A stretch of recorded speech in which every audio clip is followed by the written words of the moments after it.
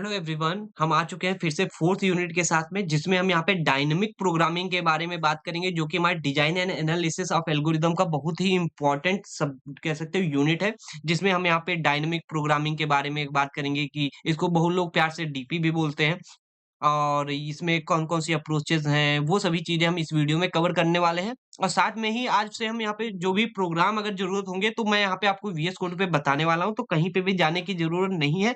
और हाँ, अगर आपको प्रोग्राम नहीं पढ़ने हैं, अगर टाइम कंज्यूमिंग लगते हैं, तो आप उनको स्किप भी कर सकते हैं क्योंकि वो लास्ट में होने वाले हैं। और साथ में इसकी जो पीडीएफ है, वो आपको बहुत ज़्यादा इम्पोर्टेंट है, वो मिल जाएगी, जिससे क्या होगा आपको हर एक चीज़ समझ में आएगी कि कैसे आपको पढ़ना है और कैसे एग्ज़ाम में लिखना है एग्ज़ैक्ट, ठीक है? तो आपको ये पीडीएफ डाउनलोड करना ना भूलें। और अगर आपको डाउनलोड करने में प्रॉब्लम आती है तो सिंपल क्या कर सकते हैं, मुझे कमेंट बॉक्स में या फिर व्हाट्सएप पे मैसेज करके आप पूछ सकते हैं। तो चलिए without any delay now let's jump into it.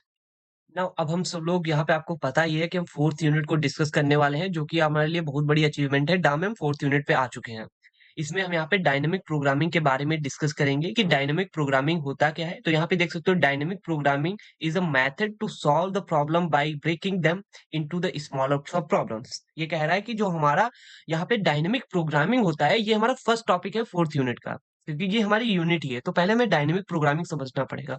और इसके पहले ही पॉइंट में कहना क्या चाह रहा है कि जो हमारा डायनेमिक प्रोग्रामिंग होता है वो एक मेथड है जिसके थ्रू क्या करते हैं, एक बड़ी प्रॉब्लम को हम क्या करते हैं, उसको ब्रेकिंग कर देते हैं, मतलब तोड़ देते हैं छोटे छोटे पार्ट में, जिनका नाम होता है सब प्रॉब्लम। हम सब प्रॉब्लम को सॉल्व कर लेंगे, देख सकते हो, solve each sub problem once and reusing their result and avoiding the repetitive word. देखो मैंने आपको थोड़ी दिन मतलब जो थोड़े दिन मतलब मैंने जब डिवाइड एंड कॉन्कर जब मैं पढ़ा रहा था, तो मैंने बताया था डिवाइड एंड कॉन्कर में होता क्या था, हमारे पास कोई एक प्रॉब्लम होती थी। क्या होती थी? एक प्रॉब्लम होती थी। प्रॉब्लम को मैं क्या करता था, सब प्रॉब्लम्स में मैंने तोड़ दिया। क्या किया? सब प्रॉब्लम में मैंने तोड़ दिया। इस सब प्रॉब्लम को मैं क्या कर रहा था, फिर मैं क्या कर रहा था, यहाँ पे देख सकते हो सब यहाँ पे प्रॉब्लम है, इनको मैंने क्या किया, कनकर करके यहाँ पे मैंने कनकर किया दोनों को। तो यहाँ पे क्या होगा, हमारा सॉल्यूशन आ गया। अब इन सॉल्यूशन को हम क्या करते थे, इन सॉल्यूशन को क्या करते थे, हम यहाँ पे मर्ज करते थे, यहाँ पे क्या करते थे, कंबाइन करते थे। जब हम यहाँ पे कंबाइन करते थे तो ये हमारा यहाँ पे ओरिजिनल जो हमें एक्सपेक्टेड आउटपुट था या रिजल्ट था वो हमें यहाँ पे मिल जाता था। यही हमारा यहाँ पे डिवाइड एंड कॉन्कर काम कर रहा था। लेकिन यहाँ पे जब मैं सब प्रॉब्लम में तोड़ रहा हूँ, तो देखो इस प्रॉब्लम, ये प्रॉब्लम एक थी, इस प्रॉब्लम की देखो एक, दो, मतलब ये दूसरी प्रॉब्लम बन गई, ये तीसरी, एक कह सकते हो ये एक प्रॉब्लम के दो पार्ट है, सेकंड एंड थ्री। और सेकंड क्या है, खुद में एक कह सकते हो प्रॉब्लम है। इस प्रॉब्लम को मुझे फिर से तोड़ना पड़ेगा, फिर यहाँ पे प्रॉब्लम बनेगी, फिर इनको तोड़ना पड़ेगा। हम तब तक तोड़ते रह जाते हैं डिवाइड एंड कॉन्कर में, जब तक एक छोटा सा पार्ट मिल नहीं जाता है, कि जब तक वो टूट ना जाए। जैसे आपको पता है कि कोई एक सॉलिड है, सॉलिड को हम तब तक उसको तोड़ते रहते हैं, मतलब तोड़ते रहे जब तक उसका मिनिमम जो सबसे छोटा पार्ट होगा, मतलब एटम, एटम ही नहीं डिवाइड हो सकता है ना, तो उसको वहां तक हमें पहुंचना होता है। तो ऐसे में डिवाइड एंड कॉन्कर में जो बड़ी प्रॉब्लम है, इसको तोड़ते तोड़ते जाते हैं एटम साइज तक। हम क्या करते हैं, उसको करते हैं कि एटॉमिक मतलब साइज होता है जिसको हम तोड़ नहीं सकते, वहां तक हमें लेके जाना होता है। लेकिन यहाँ पे जब इस प्रोसेस में हम जो तोड़ते जाते हैं, तो बहुत सारे ऐसे रिपीटेटिव प्रॉब्लम्स आती हैं। कैसे? रिपीटेटिव वर्क, मतलब एक ही प्रॉब्लम जो है वो बार बार रिपीट होती है, उनको बार बार मुझे सॉल्व करना पड़ता है, ऐसा हो सकता है। तो वहां पे हमें क्या करना पड़ेगा, वहां पे हम डीपी प्रोग्रामिंग का यूज करेंगे। जैसे मैं आपसे कहता हूं, जैसे मैंने कहा, आपसे मैंने कहा कि बताइए 5 एंड प्लस 6 कितना होता है? तो कहोगे सर 11 होता है। मैंने कहा 5 प्लस 6 प्लस 1 कितना होगा? तो आप डायरेक्टली 12 कह दोगे। तो कैसे आपने कहा? क्योंकि आपको पता था 5 और 6 कितना हो गया, 11, तो आपने इसको ऐड नहीं किया। आपने डायरेक्ट इसका जान गया 11 होता है, क्योंकि आपने मेमोरी में स्टोर कर लिया। तुरंत फ्रीक्वेंट डेटा था ना, तो 1 कर लिया, 12 हो गया। तो यहाँ पे आपको समझ में आया कि नहीं, कि जैसे हमारी मेमोरी जो फ्रीक्वेंट चीजें होती हैं वो मेमोरी में स्टोर कर लेती है, सो दैट अगर आपको आगे कहीं जरूरत पड़े तो आप तुरंत बता पाएँ। तो यही यहाँ पे है। देखो ये यहाँ पे भी काम हुआ, ये वाली देखो यहाँ पे भी हमें 5 प्लस 6 का जरूरत पड़ी, तो मैंने इसको स्टोर कर लिया था एक मेमोरी में अपने। अगर दोबारा से 5 और 6 की जरूरत पड़ी तो मैं यहाँ पे डाल दिया। जैसे यहाँ पे मैं बताता हूँ 6 प्लस 2 प्लस 5 प्लस 6 प्लस 1। तो आप जैसे देखेंगे 6 to 8 and 11 and 11 and 8 19 and 20 देख सकते हो यहाँ पे 20 रिजल्ट आ चुका है। तो हमें इसका रिजल्ट पता हो गया कि इसका 11 आएगा। तो इसी हिसाब से हमारी डायनेमिक प्रोग्रामिंग करती है। तो देख सकते हो ये एक प्रॉब्लम थी, इसका मैंने रिजल्ट अलग अलग स्टोर कर लिया। जहां पे इसकी जरूरत पड़ेगी तो उसको हम रीयूज कर सकते हैं। क्या कर सकते हैं? रीयूज कर सकते हैं देयर रिजल्ट, जिससे क्या हो, अवॉइड कर पाए रिपीटेटिव वर्क। देखो मैंने एक जगह पे कैलकुलेट कर लिया, 5 + 6 11 होता है, तो यहाँ पे भी मैंने यूज कर लिया, यहाँ पे भी यूज कर लिया। तो उसके लिए मुझे क्या करना पड़ेगा, हमें मेमोरी में इसको स्टोर भी तो करना पड़ेगा। हमें पता भी तो होना चाहिए कि 5 + 6 की वैल्यू कितनी होती है, 11 होती है। तो इस हिसाब से हमारी डायनेमिक प्रोग्रामिंग काम करती है। आगे चलेंगे तो बहुत ज्यादा चीजें सीखेंगे। तो यहाँ पे देख सकते हो कह रहा है कि instead of the solving the same same problem repeatedly, जैसे रिकर्सन में हम बार बार उसी प्रॉब्लम को हो सकता है सॉल्व कर रहे हो, तो DP store the result solve sub problems into the table array. हम क्या करते हैं, एक टेबल एरे बना लेते हैं, उसमें क्या करेंगे, हम स्टोर करते रहेंगे उसके रिजल्ट। अगर कहीं पे भी जरूरत पड़ेगी तो हम क्या करेंगे, वहां पे हम उसको यूज कर लेंगे। ये हो सकता है कुछ लोगों को जिन्होंने डीपी के कॉन्सेप्ट नहीं पढ़ेंगे उनको हार्ड लगे, लेकिन आपको थोड़ा सा पैसेंस बना के रखना है। मैं आपको एग्जैक्ट वन बाय वन सभी चीजें क्लियर कर दूंगा। तो अच्छा, इसके स्टेप्स क्या हैं? कैसे आप इसको अप्लाई करेंगे वो भी हम यहाँ पे सीखेंगे। तो सबसे पहले क्या है, ब्रेक द प्रॉब्लम। आपको प्रॉब्लम को डिवाइड करना है छोटे-छोटे पार्ट्स में। फिर क्या करना है, हर एक प्रॉब्लम्स का क्या करना है, स्टोर करते जाना है रिजल्ट। जैसे मैंने यहाँ पे कहा कि जैसे एक मेरी प्रॉब्लम थी, ठीक है? प्रॉब्लम थी, इस प्रॉब्लम को मैंने ब्रेक किया। तो ब्रेक किया 1, 2, 3, 4, 5, फिर से यहाँ पे 1, यहाँ पे यहाँ पे 6, यहाँ पे 7, यहाँ पे 5 एंड यहाँ पे फिर से 2, कुछ इस टाइप से यहाँ पे इन इन पार्ट में टूट गई। तो देखो मैं इस 1 वाले को सॉल्व करके स्टोर कर लिया रिजल्ट, ठीक है? 2 वाले को सॉल्व किया, स्टोर कर लिया रिजल्ट। 3 वाले को सॉल्व किया तो स्टोर कर लिया रिजल्ट। 4 वाली प्रॉब्लम को सॉल्व किया तो यहाँ पे फिर से स्टोर कर लिया। 5 वाले को सॉल्व किया, फिर से स्टोर कर लिया। लेकिन देखो 1 वाली आई, क्या मुझे इसको सॉल्व करने की जरूरत है? नहीं। क्यों? क्योंकि मैंने यहाँ पे ऑलरेडी सॉल्व कर लिया है, तो मैं इसको यहाँ से पॉइंट कर दूंगा। I hope you getting my point, okay?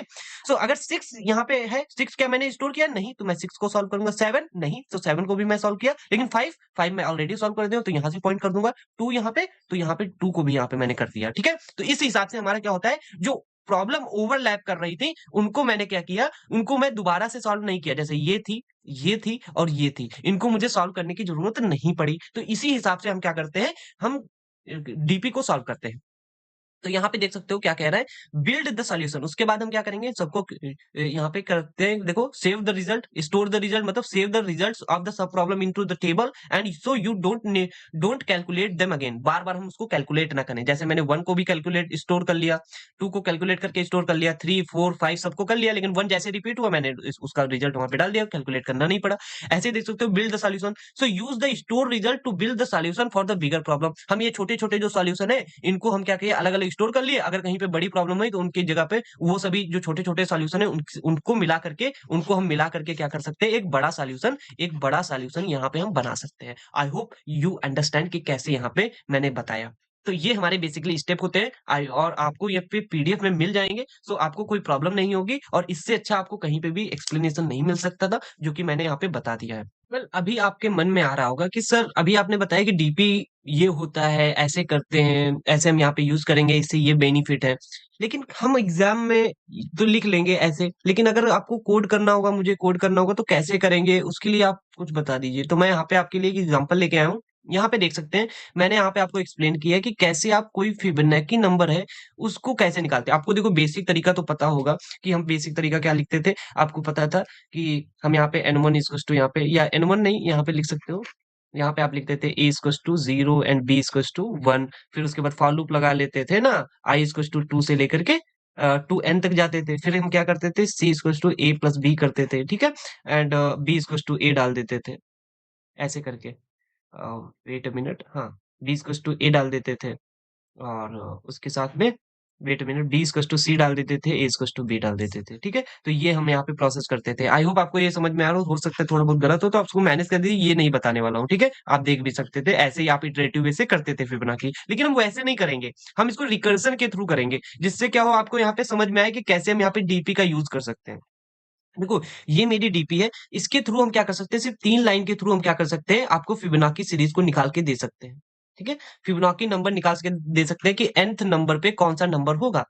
जैसे यहाँ पे n की वैल्यू अगर 6 है, तो 6 नंबर पे कौन-सा नंबर होता है? 8 होता है। 6 नंबर पे कौन-सा नंबर होता है? यहाँ पे 8 होता है। अभी आपको फिबोनाची नंबर 8 होता है, वो कैसे निकलेगा वो हम निकाल के दिखाएँगे, ठीक है?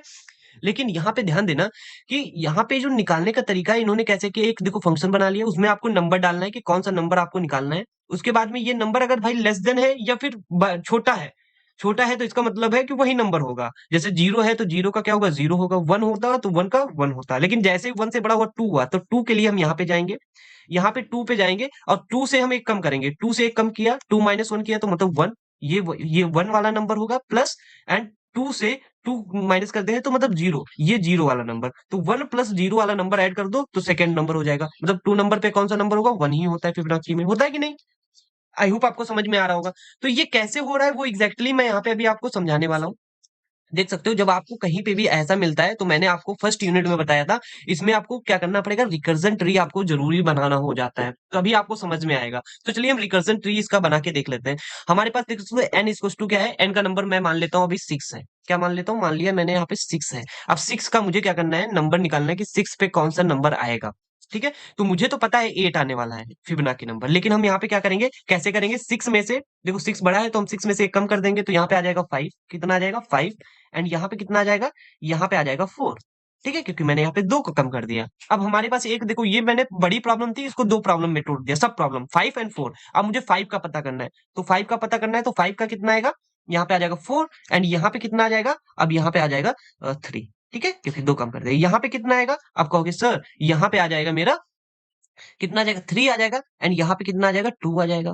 कहोगे सर यहाँ पे कितना आएगा, यहाँ पे आ जाएगा आपका 2, एंड यहाँ पे कितना आ जाएगा, 1 आ जाएगा। 1 आ गया तो 1 से 1 आ गया तो 1 का रिजल्ट क्या होता है, 1 ही होता है, मतलब ये तो मेरा रिजल्ट निकल चुका है। ठीक है, ये वाला रिजल्ट निकल चुका।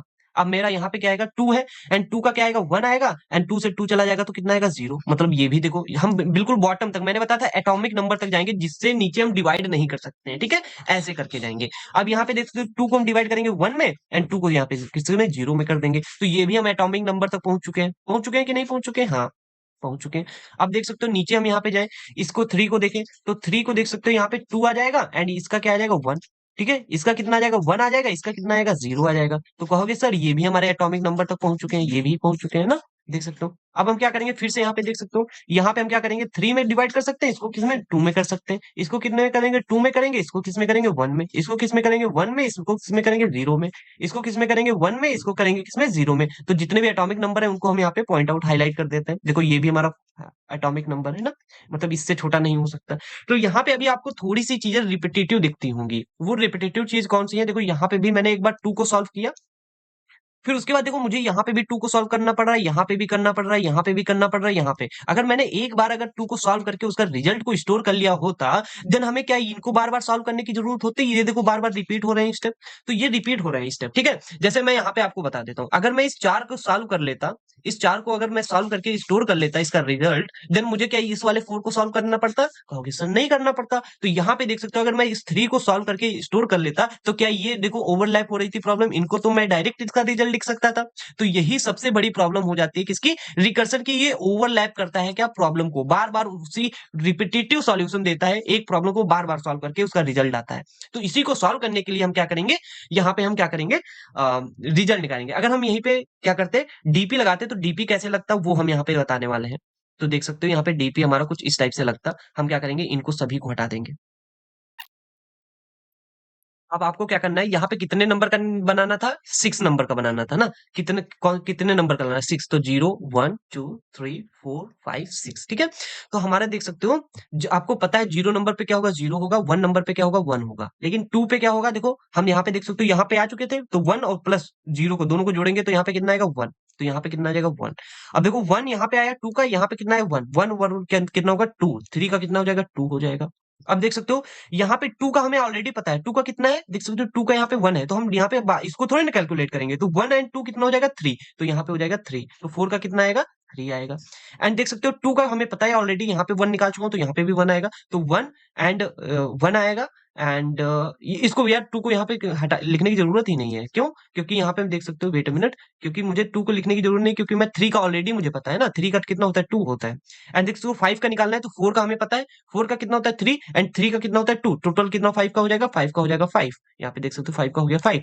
एंड यहाँ पे देख सकते हो मुझे 5 का पता होना चाहिए, 4 का कितना है, 3 है, एंड 5 का कितना है, 5 5 और 3 कितना हो जाएगा, 8 हो जाएगा। तो देख सकते हो यहाँ पे 8 आ चुका है, तो देख सकते हो ये बिल्कुल हाफ हो चुका है डीपी में। और वहीं पे अभी मैंने रिकर्सन लगाया था तो कितना बड़ा हो चुका था ना। तो ये यहाँ पे डिफरेंस होता है हमारा किसका, फिबोनाची सीरीज में रिकर्सन के थ्रू सॉल्व करने से और हमारे डीपी के थ्रू सॉल्व करने से। अब कहोगे सर इसकी कॉम्प्लेक्सिटी क्या होगी, जब आप इससे सॉल्व करेंगे तो इसकी कॉम्प्लेक्सिटी आएगी बिग ऑफ एन स्क्वायर, लेकिन जब आप इससे सॉल्व करेंगे तो इसकी आएगी बिग ऑफ एन। तो सोच सकते हो अगर इसमें जैसे मान लो 1000 स्टेप, मान लिया इसमें 100 स्टेप लगते हैं, तो इसमें सिर्फ और सिर्फ कितने स्टेप लगेंगे, सिर्फ 10 ही स्टेप लगेंगे। तो सोच सकते हो कितना ज्यादा ये रिड्यूस कर देता है काम। बस यहाँ पे क्या होता है, यहाँ पे आपको थोड़ा सा स्पेस की जरूरत पड़ती है, क्योंकि मुझे यहाँ पे वैल्यूज को स्टोर करना पड़ेगा। ठीक है, ये देखो मैंने यहाँ पे वैल्यू स्टोर कर रहा था ना, उसकी सिर्फ स्पेस की जरूरत पड़ेगी। चलो हम यहाँ पे देखते हैं कि कैसे हम यहाँ पे, जैसे ये जो फिबोनाची सीरीज थी, अगर आपने फिबोनाची सीरीज का रिकर्जन लिख लिया, मतलब रिकर्जन को बोलते हैं ब्रूट फोर्स तरीका, मतलब ब्रूट फोर्स अप्रोच भी बोलते हैं बहुत सारे जो यूट्यूबर्स हैं। ठीक है, तो अगर ब्रूट फोर्स तरीका आपने लिख लिया तो आप इसको बहुत सिंपली तरीके से क्या कर सकते हैं, उसको डीपी में कन्वर्ट कर सकते हैं। कुछ ज्यादा करना नहीं होता है, देखो सिंपल क्या करना है, आपको यहाँ पे देख सकते हो एन दिया था, साथ में आपको क्या करना है, एक यहाँ पे आपको डीपी या मेमोराइज, देखो यहाँ पे मेमोरी के लिए MEMO लिख लिया, मेमो। ठीक है, मेमो लिख लीजिए, या कोई भी नाम दे सकते हैं ना वेरिएबल का, यहाँ पे एरे का मैंने नाम मेमो दे दिया, आप डीपी दे दीजिए, जैसे बहुत सारे लोग डीपी देते हैं। ठीक है, तो यहाँ पे हमें चेक करना है, देखो ये वाली लाइन तो आपको चेक ही करनी पड़ेगी। ठीक है, यहाँ पे मैंने चेक कर दिया। उसके बाद एक और कंडीशन लगानी है, ये बेस केस हो गया, यहाँ पे कंडीशन लगानी है कि अगर इफ, देखो हम मेमो में जितनी भी अगर जो वैल्यू मुझे फाइंड नहीं हुई उसको क्या करेंगे, -1 से ट्रीट करते हैं, कि -1 का मतलब हमारे पास वो वैल्यू नहीं है। तो यहाँ पे हम क्या करेंगे, मेमो में हम क्या करेंगे, चेक करेंगे उस नंबर को, उस नंबर का अगर आउटपुट यहाँ पे है तो ये 1 नहीं, -1 नहीं होगा। अगर है -1 इसका मतलब वो रिजल्ट नहीं मिला। अगर यहाँ पे -1 नहीं है तो मैं क्या करूंगा, सिंपल वही वैल्यू को रिटर्न कर दूंगा। क्या रिटर्न कर देता हूँ, वही जो वैल्यू है वहां पे, मेमो ऑफ एन। जैसा कि यहाँ पे आप देख सकते हैं ये मैंने किया था। देखो पहली बार 2 का रिजल्ट क्या था, इसमें नहीं था, मैंने इसको कैलकुलेट किया, लेकिन अगेन जब 2 का आया रिजल्ट तो यहाँ पे था 2 का रिजल्ट 1, तो मैंने यहाँ पे डाल दिया। लेकिन जब यहाँ पे स्टार्टिंग में एरे होगा तो कुछ इस टाइप से होगा, 0 1 2 3 4 5 6, सभी जगह पे क्या होगा, -1 -1 -1 -1 -1 -1 -1। ठीक है, तो इस टाइप से होता है। तो यहाँ पे आपको ये वाली लाइन ऐड करनी है। ये देखो जितनी भी डीपी आप लिखेंगे सभी में कुछ इसी टाइप से होगा। कोई ज्यादा बार बार यहाँ पे मैं बताऊंगा नहीं, ये वाली लाइन आपको ऐड ही करनी है। ठीक है, उसके बाद में आप क्या कर रहे थे, यहाँ पे जो रिटर्न में लिख रहे थे, यहाँ पे जो आप रिटर्न में फिबो n-1 n+n-2 लिख रहे थे ना, देखो यहाँ पे भी वही लिखा है। लेकिन यहाँ पे इसके साथ में देखो यहाँ पे आपने एक क्या किया, यहाँ पे आपने पैरामीटर पास किया, तो आपको यहाँ पे भी एक पैरामीटर पास करना पड़ेगा, या आप यहाँ पे कह सकते हो कि यहाँ पे आपको एक पैरामीटर पास करना पड़ा, क्योंकि यहाँ पे भी तो आपको मेमोरी को पास करना पड़ेगा ना। अब उसके बाद में यहाँ पे ध्यान देना, जो यहाँ पे ये काम हुआ है और उसको रिजल्ट आपको क्या करना पड़ेगा, स्टोर करना पड़ेगा। सिंपल आपको क्या करना है, मेमो ऑफ एन कर देना है। जो आपने यहाँ पे माइनस, देखो यहाँ पे जो आपने लिखा है ये वाली लाइन, ये वाली चीज, यही वाली चीज को आपको यहाँ पे इक्वल करके जो आपका यहाँ पे रिजल्ट आ रहा था उसको लिख देना है, और सिंपल रिटर्न कर देना है मेमो एन। अगर आप इन दोनों को छोटा करना चाहते हैं तो आप ऐसे भी लिख सकते थे, return equals to memo of n is equals to fibo n-1 memo plus fibo n-2 memo. ठीक है, ये आप काम कर सकते थे, चाहे ये वाली लाइन लिख लीजिए चाहे ये दोनों लिख दीजिए, दोनों का काम एक ही है। तो इस हिसाब से हम यहाँ पे डीपी लगाते हैं। तो अगर आपको ये डीपी समझ में आ गया है तो आई होप आपको यहाँ पे कोई भी दिक्कत नहीं आएगी। तो अभी यहाँ पे देखो लिखा भी है, वाई यूज द डीपी, हम क्यों यूज करेंगे डीपी को, it makes the solving problem fastly bye avoiding the repetitive calculation which save the time. ठीक है, तो यहाँ पे अभी हमें समझ में आया कि ये हमारे टाइम को बचाती है, ये फास्ट है, इफिशियंट है। लेकिन यहाँ पे जो चीज है, जो मैंने इस डीपी को बताया, इस डीपी के अप्रोच का नाम होता है टॉप डाउन अप्रोच। तो हमारे पास जो डीपी की अप्रोचेस है वो बेसिकली दो होती हैं, एक होती है टॉप डाउन, एक होती है बॉटम अप। ठीक है, तो बॉटम अप और टॉप डाउन में क्या डिफरेंस है, कब हम किसको यूज करेंगे, वो हम यहाँ पे देखने वाले हैं। तो इसके पहले हम एक सीन है वो भी हम यहाँ पे पढ़ लेते हैं। कह रहा है dynamic programming avoids the redundant calculation by storing the result, and while the recursion में repeatedly solve the same sub problem without storing the result. So यही बेसिकली डिफरेंस है, मैं सीन में आपको दे दिया हूं, वहां से आप पढ़ सकते हैं। तो बेसिकली यहाँ पे कहा जाए कि अप्रोचेज कौन कौन सी यूज की जाती है डायनेमिक प्रोग्रामिंग में, तो यहाँ पे हमारे पास दो हैं। एक तो हमारे पास है टॉप डाउन अप्रोच, जिसको हम मेमोराइजेशन बोलते हैं, मेमोराइज करना। एंड बॉटम अप कौन सी अप्रोच होती है, जिसका नाम होता है हमारा यहाँ पे जिसका नाम टेबुलेशन, मतलब टेबल बना करके हम यहाँ पे काम करते हैं। जब आप जैसे आप सॉल्व कर रहे होते हैं, जैसे मैंने आपको यहाँ पे आगे बताऊंगा कि जीरो नैप सेक प्रॉब्लम कैसे होती है, वो भी हम यहाँ पे टेबुलेशन से कर सकते हैं, मेमोराइजेशन दोनों से कर सकते हैं। तो मोस्ट ऑफ द केस में जो स्टूडेंट है वो टेबुलेशन का यूज करते हैं, अपनी अपनी चॉइस है कौन सा आप यूज करते हैं। लेकिन मोस्ट ऑफ द केस में मैं यहाँ पे आपको सजेस्ट करूंगा कि आप यहाँ पे मेमोराइजेशन का ही यूज करें, क्योंकि आपको अगर रिकर्जन मतलब ब्रूट फोर्स तरीका आ गया लिखने का, तो आप इसको डायरेक्टली लिख सकते हैं। सिर्फ आपको क्या करना है, ये लाइन ऐड करनी है और ये वाली चीज ऐड करनी है, बस, और कुछ काम ही नहीं करना है। लेकिन वहीं पे ये टैबुलेशन में आपको बहुत सारा दिमाग लग सकता है, लेकिन यहाँ पे आपको समझने में हो सकता है कि आपको जब आप स्टार्टिंग में है, बिगिनिंग में हो, तो हो सकता है बॉटम अप आप आपको इजी लगे, ठीक है। तो चलिए हम यहाँ पे दोनों को वन बाय वन क्या करते हैं, पढ़ लेते हैं। यहाँ पे टॉप डाउन अप्रोच क्या कहती है, solve the problem recursively and the store the result of the sub problem in the cash, मतलब कैश मेमोरी में ये क्या करती है, स्टोर कर लेती है। जैसे कैश मेमोरी मतलब एरे बना लेगी या हैश टेबल में आपको बना लेना है, आपको फिर इसको रीयूज कर लेना है जब आपको जरूरत पड़े, ठीक है। तो यहाँ पे आपको मैंने फिबोनाची का बताया था कि यहाँ पे हम देखेंगे अगर एन की वैल्यू छोटी है जीरो और वन से, जीरो है या वन है, तो इसका मतलब इसका रिजल्ट क्या होगा, जीरो और वन, मतलब एन की वैल्यू अगर जीरो है तो उसका आउटपुट जीरो होगा, एन की वैल्यू वन है तो इसका आउटपुट क्या होगा, वन ही होगा। तो इसीलिए मैंने यहाँ पे लिख दिया है कि एन अगर लेस देन या इक्वल वन है तो रिटर्न कर दो, सिंपल, जो आपने वैल्यू यहाँ पे डाली, अगर वन है तो वन, जीरो है तो जीरो, ठीक है। तो ये बेस केस हो गया। और उसके बाद में यहाँ पे हम चेक करेंगे कि अगर जो हमारी मेमोरी है, मेमोरी का मतलब जो हमारा एक एरे है, एरे में क्या होगा, zero one two three four five six, ठीक है, मान लो 6 नंबर तक, मतलब कोई भी एन के नंबर हो सकता है ना, मैंने 6 मान लिया, तो सभी जगह क्या होगा, माइनस वन होगा, ठीक है। तो अगर यहाँ पे इसकी वैल्यू माइनस वन आ गई मेमोरी की, तो हम यहाँ पे रिटर्न नहीं करेंगे, हम आगे यहाँ पे बढ़ जाएंगे। अगर यहाँ पे माइनस वन नहीं है, जैसे सपोज थ्री के पास माइनस वन नहीं है, थ्री पे माइनस वन नहीं है, यहाँ पे सपोज है इसकी वैल्यू कितनी होती है, यहाँ पे मान लिया कि टू है, थ्री पे कितना है, टू है। तो यहाँ पे जब थ्रू टू है, तो इसका मतलब कहने का है कि भैया कि जो थ्री पे जब आएगा तो मेमो ऑफ थ्री, अगर जैसे मेमो ऑफ थ्री देखोगे तो मेमो ऑफ थ्री की वैल्यू कितनी आ रही है, टू, मतलब माइनस वन नहीं है, तो हम डायरेक्टली यहीं से रिटर्न कर जाएंगे, हमें इसको सॉल्व करने की जरूरत नहीं है। इससे क्या होगा, इट रिड्यूस द टाइम, क्योंकि ये क्या करेगा, इसको सॉल्व करेंगे तो टाइम लगेगा, यहीं पे डायरेक्ट रिजल्ट दे देगा, तो मुझे सॉल्व करने की क्या जरूरत है ना। तो ये काम यहाँ पे करता है। और उसके बाद में यहाँ पे देख सकते हो क्या होगा, वेट अ मिनट, यहाँ पे हम क्या करेंगे, मेमो, यहाँ पे हम क्या करेंगे, मेमो ऑफ एन ले लेंगे, Fibonacci n minus one memo ले लेंगे, and Fibonacci m n minus two memo कर देंगे। अब कहोगे कि सर ये n minus one n minus two क्यों कर रहे हो, देखो यहाँ पे इसका कहने का मतलब होता है, देखो जब आप रिकर्सन सॉल्व कर रहे होते हैं, बहुत अच्छा तरीका है इसका। जैसे अगर आपको कहा जाए जीरो पे कौन सा नंबर होता है, जीरो, वन पे कौन सा नंबर होता है, कहोगे सर वन होता है, टू पे कौन सा नंबर होता है, टू पे कहोगे सर इन दोनों को जोड़ लें तो हो जाता है वन, एंड थ्री पे कौन सा नंबर होता है, वेट अ मिनट, हाँ थ्री पे कौन सा नंबर होता है, थ्री पे होता है टू, ठीक है। ऐसे dot dot dot dot dot dot करके एन नंबर का पूछा जाए तो आप बता नहीं पाएंगे। लेकिन अगर आपका कहा जाए कि जैसे थ्री पे अगर पता करना होता, तो थ्री को आपने कैसे किया, इसके पीछे वाले ये नंबर और इन नंबर को जोड़ के, ठीक है। तो ऐसे अगर आपको एन नंबर को पता करना हो तो एन माइनस वन और एन माइनस टू, मतलब n minus two, n minus one को और प्लस एन माइनस टू, अगर दोनों को जोड़ दे तो हमारा रिजल्ट क्या आएगा, एन ही तो आएगा, आएगा कि नहीं आएगा। तो वही तो मैंने यहाँ पे किया है। आई होप आपको यहाँ पे समझ में आएगा कि कैसे मैंने ये किया, देख सकते हो यहाँ पे, यही तो मैंने किया, एन माइनस वन और एन माइनस टू को यहाँ पे मैंने दोनों को क्या कर दिया है, जोड़ दिया है, ठीक है। और जोड़ने के बाद यहाँ पे एन में मैंने डाल दिया, एन की वैल्यू यही तो होगी, यही बार बार मैं कर रहा हूँ, ठीक है। ये हमारा यहाँ पे कुछ इस टाइप से रिकर्सन काम करता है। और रिकर्सन अगर आपको आ गया तो आप सिंपल वहां पे डीपी लगा सकते हैं, जो मैंने आपको तीन चीजें बताई कि क्या क्या क्या आपको ऐड करना है। नंबर एक, आपको क्या करना है, ये वाली लाइन ऐड करनी है, ठीक है, ये वाली लाइन ऐड कर देनी है। फिर उसके बाद में आपको क्या करना है, मेमो इसको टू एन पास करना है और रिटर्न क्या करना है, मेमो ऑफ एन कर देना है। ये हमारा टॉप डाउन अप्रोच बन चुका है। बॉटम अप कैसे बनेगा, बॉटम अप भी बहुत ईजी है। आपको सिंपल क्या करना है, सिंपल क्या करना है, आपको एक एरे बनाना है। एरे में क्या करना है, zero one two three four five six, ये क्या करेगा, जीरो की वैल्यू जीरो हो जाएगी, वन की वैल्यू वन हो जाएगी, एंड अब देखो अब हम क्या करेंगे, आई से टू, टू है, ठीक है, हम आई की वैल्यू क्योंकि जीरो वन तो मिल चुका है, टू से हम स्टार्ट करेंगे एन तक जाएंगे।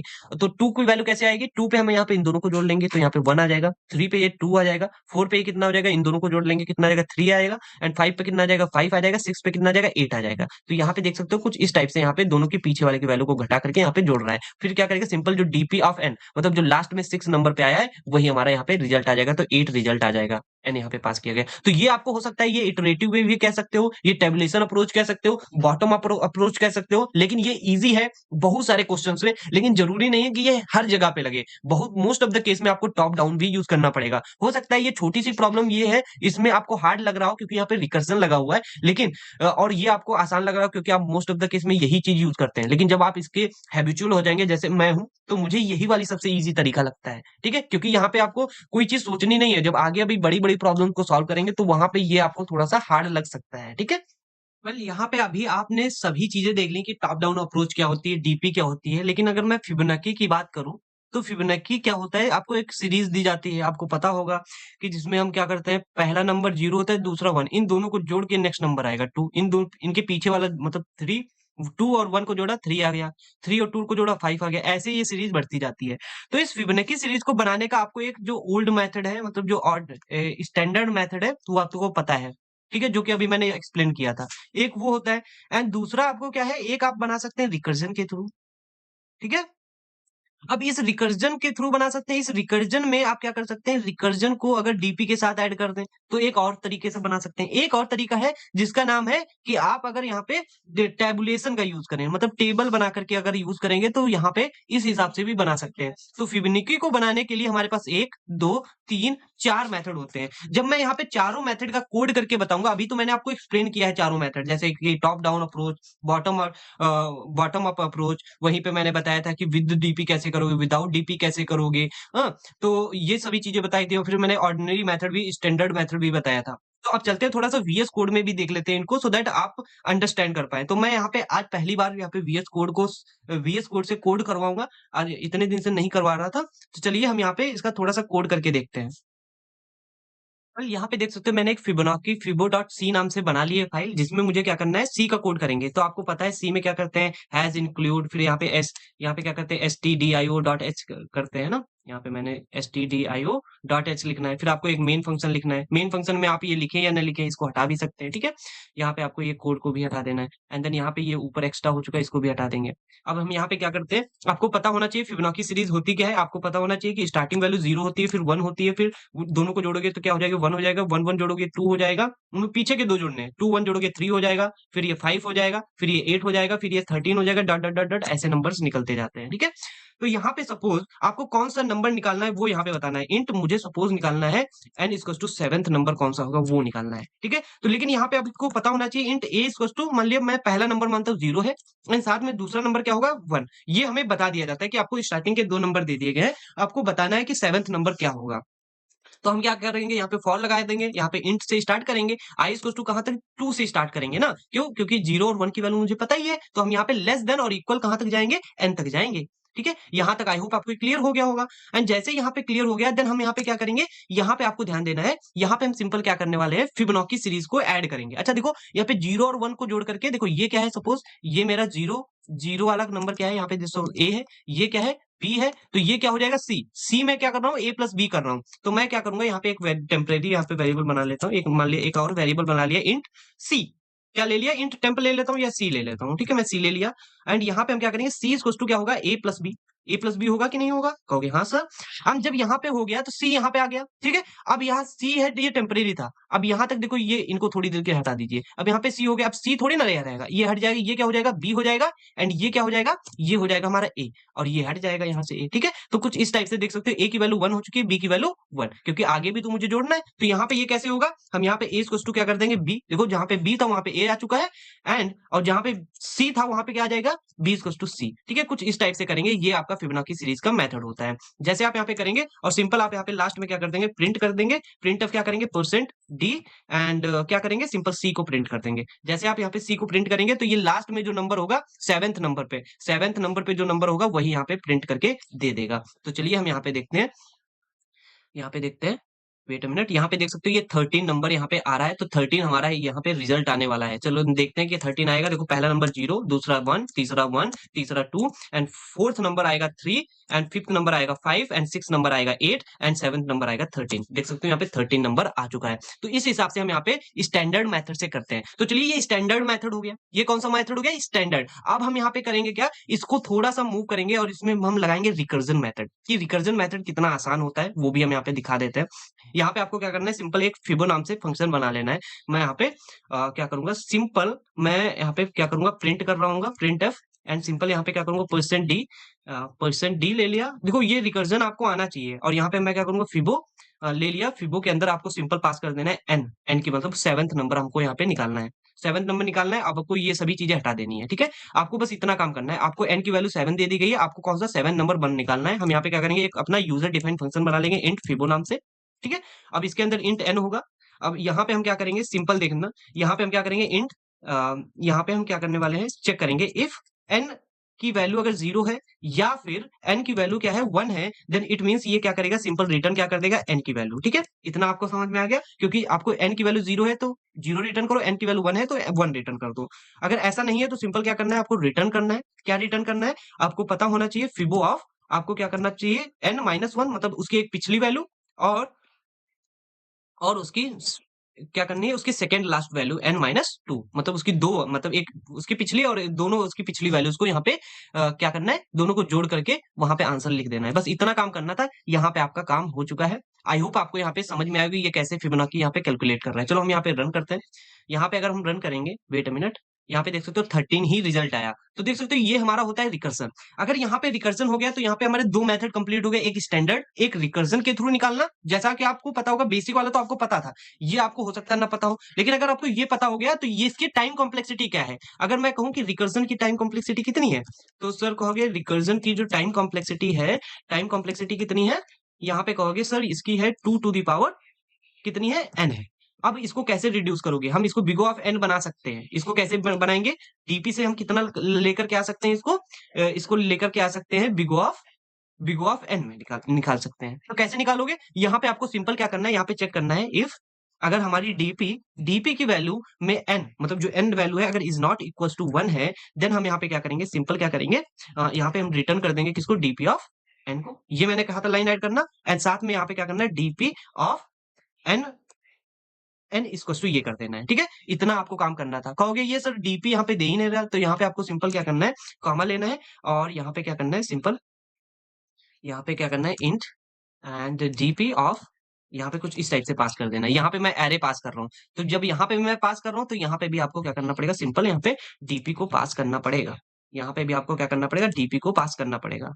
वेट मिनट, यहाँ पे भी आपको क्या करना पड़ेगा, डीपी को पास करना पड़ेगा और यहाँ पे हमें क्या करना पड़ेगा, एक एरे बनाना पड़ेगा, इंट डीपी, जिसमें क्या करेंगे हम, यहाँ पे बहुत सारी वैल्यू ले लेते हैं, मान लिया 1000, मतलब एक इतना बड़ा नंबर ले लीजिए जिससे क्या हो, कोई दिक्कत ना आए, हम इतनी वैल्यूज को स्टोर कर सकते हैं। ठीक है, तो ये हमारी इतनी बड़ी मेमोरी है। अब इसमें क्या करेंगे, हम स्टार्टिंग में सभी में क्या सेट कर देंगे, यहाँ पे आपको पता होना चाहिए कि हम यहाँ पे फॉर लूप लगाते हैं। तो फॉर लूप लगा दिया, इंट आई इक्वल टू कहाँ से, 0 से लेकर के यहाँ तक जाएगा, एंड ये जितनी जगह होगी वहां पे ये सब सभी जगह पे क्या सेट कर देगा, आपको पता होना चाहिए, डीपी ऑफ आई की जगह पे क्या कर देगा, -1 सेट कर देगा। ठीक है, ये होता है। अब यहाँ पे सभी जगह पे माइनस सेट हो गया, हम यहाँ पे पास कर देंगे, किसको पास कर देंगे, डीपी को पास कर दिया।